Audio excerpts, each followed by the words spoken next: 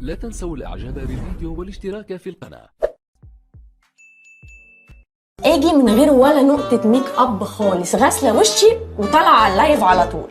جالي كومنت دلوقتي من ام جنى بيقول انت ازاي لسه صاحيه من النوم، انت حتى ميك اب يا كدابه. والله يا ام جنى واضح ان انت عندك مشاكل كبيره قوي مع بشرتك لدرجه ان انت مش مصدقه ان في حد صاحي من النوم كده. لا يا حبيبتي، انا غاسله وشي ومش حاطه حاجه خالص. الحل الوحيد بقى مع ام جنى اللي احنا نعمل لها بلوك.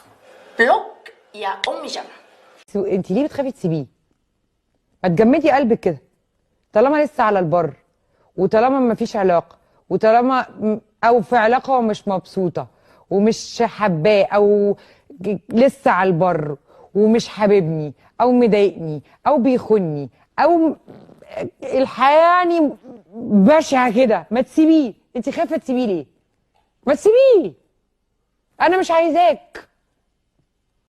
بكلمك مش بترد، مشغول. طب ما تقول. ما انا هو بقول. لا انت اتغيرت، ما بقتش تحبني، بعتلك على الواتساب ما شفتهاش. لا يا شيخ والله اكدب ليه؟ عشان ما بقتش تحبني، ما بقتش تحبني. مين قال؟ ما بقتش تحبني. مين قال؟ ما بقتش تحبني يا ولية.